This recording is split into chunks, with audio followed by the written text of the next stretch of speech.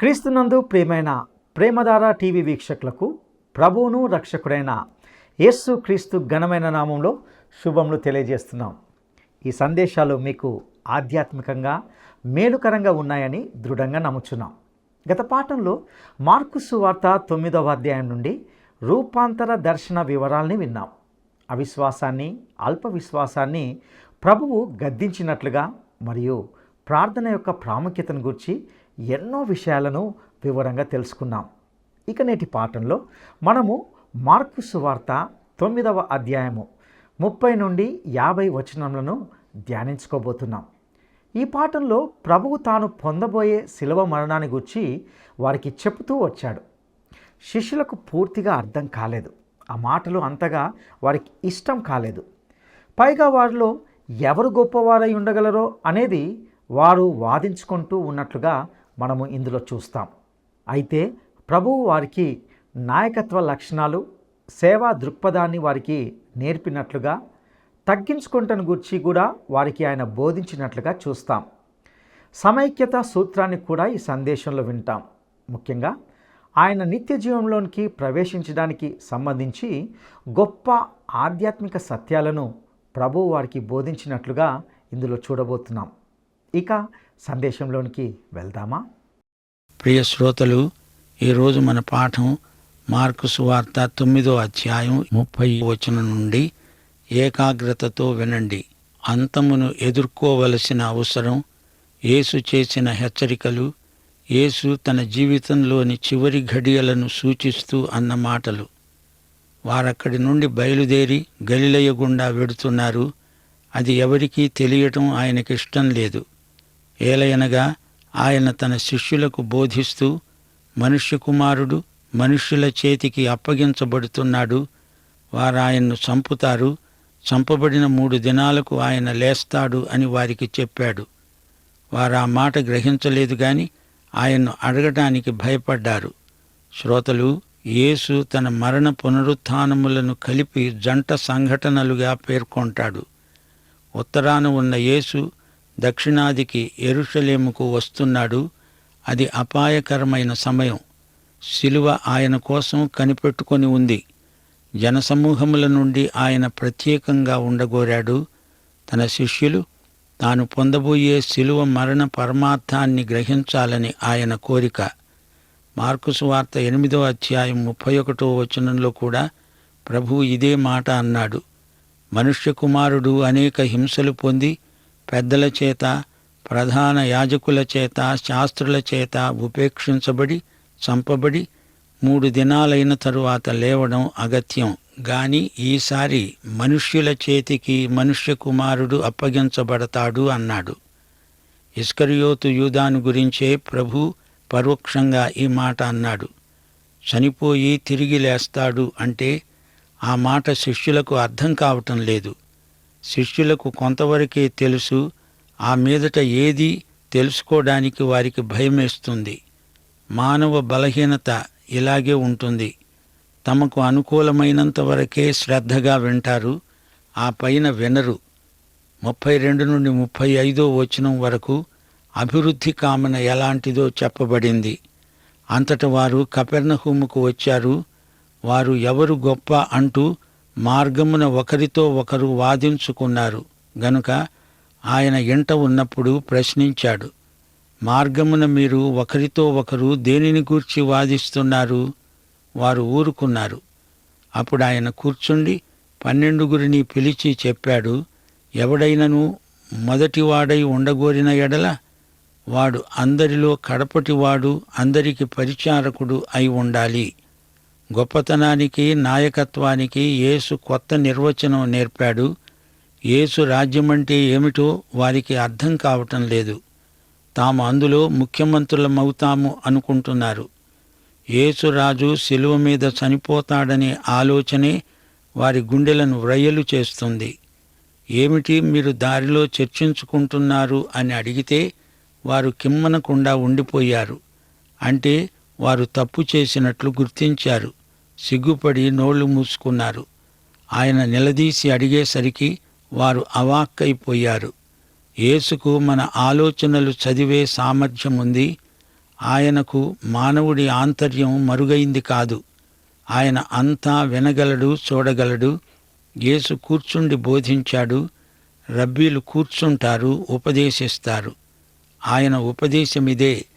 నీవు గొప్పవాడవు, నాయకుడివి, ప్రథముడివి, ప్రముఖుడివి కావాలంటే నీవు సేవకుడివి అయి ఉండాలి. అధికారాన్ని కోరడం తప్పుగాదు గాని అర్హత నీకుండాలి. పరిచార వాంఛ లేని అధికార వాంఛ యేసు దృష్టిలో అయోగ్యత, అనర్హత. నీకున్న వ్యక్తిగత తలాంతులు, వరములు సేవలో వినియోగం కావాలి. నీవు అందరికీ సేవకుడివై ఉండాలి. దేవుడు నిన్ను ఏ పదవిలో ఉంచితే అందులోనే ఉండి నమ్మకమైన సేవ చెయ్యాలి. నిన్ను నీవు తగ్గించుకోవాలి. దేవుడు నిన్ను హెచ్చించకముందే నీవు రెచ్చిపోతే దేవుడు నిన్ను కిందికి పడలాగాల్సి వస్తుంది. జాగ్రత్త. ఇతరులకు ఇష్టపూర్వకంగా ప్రథమ స్థానమిచ్చి తమను తగ్గించుకొని గొప్పవారైన వ్యక్తులు చరిత్రలో మనకు మరపురాని ఘనులు. యేసు నాయకత్వ లక్షణమేదో శిష్యులకు నేర్పాడు. ఇది వారికి గొప్ప పాఠం. 36, 37 వచనాలలో ప్రభువు ఈ శిష్యులకు సేవా దర్శనాన్ని ఎత్తి చూపుతున్నాడు. ఆయన ఒక చిన్న బిడ్డను తీసుకొని వారి మధ్యను నిలువబెట్టి వానిని ఎత్తి కౌగిలించుకొని అన్నాడు, ఇట్టి చిన్న బిడ్డలలో ఒకణ్ణి నా పేరట చేర్చుకునేవాడు నన్ను చేర్చుకుంటాడు. నన్ను చేర్చుకునేవాడు నన్నుగాక నన్ను పంపిన వాణ్ణి చేర్చుకుంటాడు. యేసు ఒక చిన్న పిల్లాడిని ఘనపరుస్తున్నాడు. సాధారణంగా చిన్న పిల్లలకు గుర్తింపు ఉండదు. పిల్లలు మనకిచ్చేది ఏదీ ఉండదు. మనమే వారికి ఏదైనా ఇవ్వాలి. మనమే పిల్లలకు సాయం చెయ్యాలి. అలాగే నిస్సహాయులను, అల్పులను చేర్చుకొని వారికి సాయం చేస్తే ప్రభువుకు సేవ చేసినట్లే. చిన్న శిశువు నిస్సహాయులకు ప్రతినిధి. అలాంటి వారికి మనం పరిచర్య చేయాలి. సహజంగా మనం మనకు సాయం చేసే వారితోనే సహవాసం చేయగోరుతాము. సహాయాన్ని మన నుండి కోరే వారిని దూరంగా ఉంచుతాము. అయితే యేసు ఎవరి కోసం వచ్చాడు? బీదల కొరకు, దుఃఖితుల కొరకు, హింసించబడే వారి కొరకు ఆయన వచ్చాడు. వారితో తనను తాను సంయుక్తపరుచుకున్నాడు. అలాంటి వారికి మనం పరిచర్య చేస్తే ఆయనకు చేసినట్లే. మత్తయి సువార్త 25వ అధ్యాయం 40వ వచనంలో ప్రభువు ఇదే మాట అన్నాడు. మిక్కిలి అల్పులైన ఈ నా సహోదరులలో ఒకనికి మీరు చేశారు గనుక నాకు చేసినట్లే. మార్కు సువార్త 9వ అధ్యాయం 38 నుండి 40వ వచనం వరకు సహనంలో మనం నేర్చుకోదగిన పాఠం ఉందని ప్రభువు చెబుతున్నాడు. అంతటా యోహాను అన్నాడు, బోధకుడా, ఒకడు నీ పేరట దయ్యములను వెళ్ళగొట్టడము చూచాము. వాడు మనలను వెంబడించేవాడు కాడు గనుక వానిని ఆటంకపరిచాము. అందుకు యేసు అన్నాడు, వానిని ఆటంకపరచకండి. నా పేరట అద్భుతము చేసి నన్ను చులకనగా నిందింపగలవాడెవడూ లేడు. మనకు విరోధి కానివాడు మన పక్షముగా ఉన్నవాడే. యేసు యోహాను వైఖరిని ఖండిస్తున్నాడు. యేసు నామమున అన్ని శాఖల వారు ఒకరిని ఒకరు సహించుకోవాలి గాని ఆటంకపరచకూడదు. అయితే యేసు నామ ఘనత నిమిత్తమై కాకుండా యేసు పేరు మాత్రం వాడి తమ స్వార్థం కోసం, పేరు ప్రఖ్యాతుల కోసం పాకులాడేవారు కొందరున్నారు. జాగ్రత్త. ఎవడో ఒకడు యేసు పేరట దయ్యాలను వెళ్ళగొడుతున్నాడు. యేసు నామమున దయ్యాలు పారిపోతున్నాయి.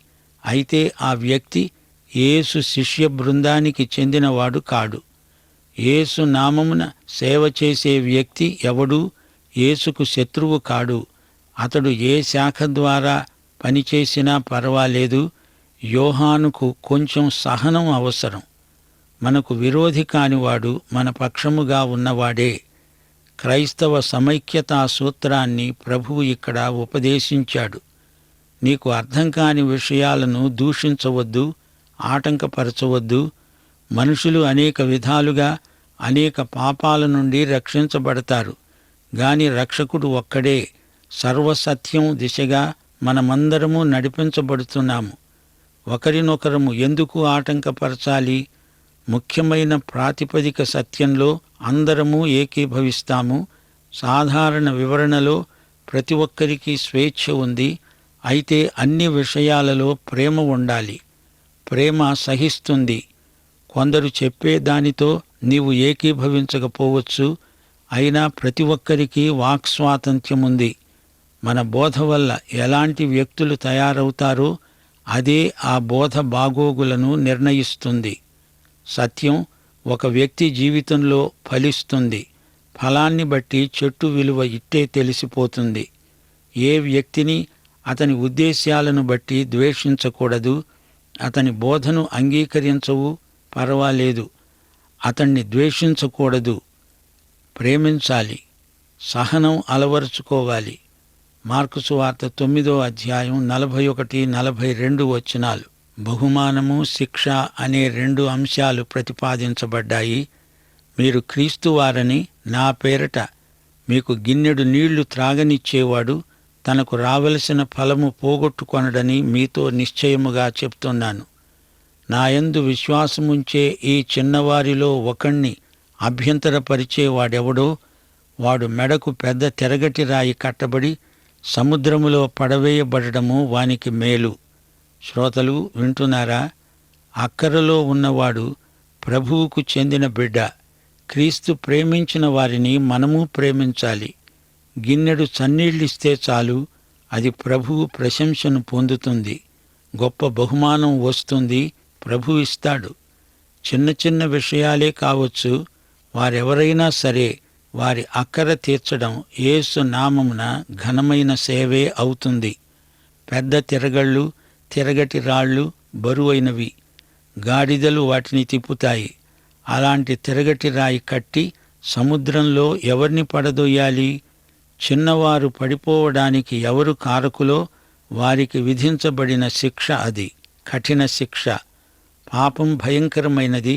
అయితే ఇతరులు పాపంలో పడడానికి ఎవరు బాధ్యులో వారి పాపం మరీ ఘోరమైనది. దేవుడు పాపిని ప్రేమిస్తాడు, క్షమిస్తాడు. గాని ఇతరులు, అమాయకులు ఎవరిని బట్టి పాపంలో పడతారో అలాంటి వారిని కఠినంగా శిక్షిస్తాడు. శ్రోతలు వింటున్నారా? 43వ వచనం నుండి 48వ వచనం వరకు ప్రభు మన గమ్యం మనం చేరుకోవడానికి, అభ్యంతరాలను తొలగించుకోవడానికి, ఎంతటి త్యాగమైనా చేయడానికి మనం సిద్ధంగా ఉండాలి అని చెప్తున్నాడు. నీ చెయ్యి నిన్ను అభ్యంతరపరచిన ఎడల దానిని నరికివెయ్యి. నీవు 2 చేతులు కలిగి నరకములోని ఆరని అగ్నిలోనికి పోవడము కంటే అంగహీనుడవై జీవములో ప్రవేశించడము మేలు. నీ పాదము నిన్ను అభ్యంతరపరచిన ఎడల దానిని నరికివెయ్యి. 2 పాదములు కలిగి నరకములో పడవేయబడడం కంటే కుంటివాడివై నిత్యజీవములో ప్రవేశించడం మేలు. నీ కన్ను నిన్ను అభ్యంతరపరిచిన ఎడల దానిని తీసి పారవేయి. 2 కండ్లు కలిగి నరకంలో పడవేయబడడం కంటే ఒంటి కన్ను గలవాడివై దేవుని రాజ్యంలో ప్రవేశించడం మేలు. నరకంలో వారి పురుగు చావదు, అగ్ని ఆరదు. శరీరమంతా బతికి ఉండాలంటే చెడిపోయిన అవయవాన్ని తొలగించడమే ఏకైక మార్గం. కన్ను, చెయ్యి పాపానికి నిన్ను తార్చే దళారీలు కాకూడదు. అభ్యంతర సాధనమైతే దాన్ని ఛేదించి మిగతా అవయవాలకు మేలు చెయ్యాలి. నీ గమ్యాన్ని చేరుకోవాలంటే ఎంతటి త్యాగానికైనా సంసిద్ధం కావాలి అనేదే ఈ హితవాక్యం. ఇది ఉపమాన ప్రబోధం. నరకము అంటే గెహన్నా. హిన్నోము లోయకు గెహన్నా అనే మాటకు సంబంధం ఉంది. 2 దినవృత్తాంతములు 28వ అధ్యాయం 3వ వచనం. అహాజు రాజు బెన్నిహిన్నోము లోయయందు ధూపము వేసి ఇశ్రాయేలీయుల ఎదటి నుండి యెహోవా తోలివేసిన జనముల హేయక్రియల చొప్పున తన కుమారులను అగ్నిలో దహించాడు. అతని తరువాత మనష్షే కూడా అదే పని చేశాడు. అందుకే గెహన్నా అనే హిన్నోము లోయ శాపగ్రస్తమైంది. యోషియా రాజు ఈ హిన్నోము లోయ అపవిత్రమైంది అని ప్రకటించాడు. యెరూషలేములోని చెత్త చెదారము హిన్నోము లోయలో దహించబడుతుంది. అక్కడ మురికి పురుగులు, క్రిములు లుకలుకమంటూ ఉంటాయి. అగ్ని ఆరదు, పురుగు చావదు. యెషయా గ్రంథం 66 అధ్యాయం 24 వచనం దేవుని శాపం. వారు పోయి నా మీద తిరుగుబాటు చేసిన వారి కళేబరములను తేరి చూస్తారు. వాటి పురుగు చావదు, వాటి అగ్ని ఆరిపోదు. అవి సమస్త శరీరులకు హేయముగా ఉంటాయి. గెహన్నా అంటే నిత్య శిక్షకు సంకేత స్థలం. మన గమ్యమేది? నిత్య జీవం, దేవుని రాజ్యం. ప్రభువు నేర్పిన మాదిరి ప్రార్థనలో దేవుని రాజ్యము రావాలని, దేవుని చిత్తము పరలోకములో లాగే భూమి మీద నెరవేరాలని పలకబడింది. దేవుని రాజ్యమంటే ఈ లోకంలో స్థాపించబడిన పరలోక రాజ్యం. అందులో పరలోకమందలి దేవుని చిత్తం నెరవేరుతుంది. పరలోక రాజ్య గమ్యం చేరాలంటే ఆధ్యాత్మికంగా ప్రతి విశ్వాసి శస్త్రచికిత్సకు తయారవ్వాలి. మనకిష్టమైందైనా దాన్ని కోసి తీసి పారేయాలి. గత్యంతరం లేదు. శ్రోతలు, ఇప్పుడు మనం ఈ అధ్యాయం చివరికి వచ్చాము. యేసు నరకాన్ని గురించి, గెహన్నాను గురించి మాట్లాడుతున్నాడు. మాట్లాడే అధికారం ఆయనకుంది గనుక నరకం, గెహన్నా ఉన్నది. జాగ్రత్త. 49, 50 వచనాలలో ప్రభు విశ్వాసి జీవితాన్ని ఉప్పుతో పోలుస్తున్నాడు. ప్రతివానికి ఉప్పు సారము అగ్ని వలన కలుగుతుంది. ఉప్పు మంచిదే కాని ఉప్పు నిస్సారమైన ఎడల దేని వలన మీరు దానికి సారము కలుగజేస్తారు? మీలో మీరు ఉప్పు సారము గలవారై ఉండి ఒకరితో ఒకరు సమాధానంగా ఉండండి. ఉప్పు శుద్ధి చేస్తుంది, అగ్ని శుద్ధి చేస్తుంది. అగ్ని చెత్తను దహిస్తుంది, ఉప్పు లోపలికి పోయి కుళ్ళును అరికట్టి చెడుగును పరిహరిస్తుంది. మనలోని ఉప్పు సారము గలది. అది దేవుని వాక్యం. అది మనలోకి వెళ్ళి శుద్ధి చేసి మనకు శాంతిని ప్రసాదిస్తుంది. క్రైస్తవ జీవితం దేవునికి అంగీకారయోగ్యమవ్వాలంటే అగ్ని కావాలి. ఇది సజీవ యాగం. బలికి ఉప్పు కావాలి, సజీవ యాగానికి అగ్ని కావాలి. ఆధ్యాత్మిక అగ్ని ఉప్పు లాంటిదే. అగ్ని లాంటి శ్రమలు మనకు వస్తాయి. ఇక ఉప్పు సంగతి. ఉప్పు రుచిని కలిగిస్తుంది, ఉప్పు కుళ్ళును అరికడుతుంది.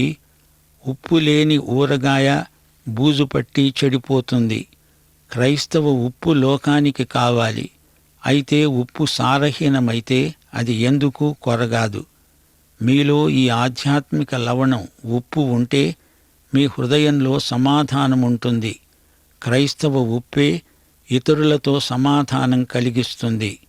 ఉప్పు సూర్యునికి, సముద్రానికి మధ్య సంయోగ ఫలితమని పూర్వీకులన్నారు. ఉప్పు తెల్లనిది, పరిశుద్ధతకు సంకేతం. అనగా యేసుక్రీస్తు ఆత్మ మీలో పవిత్రీకరణ సాధనం.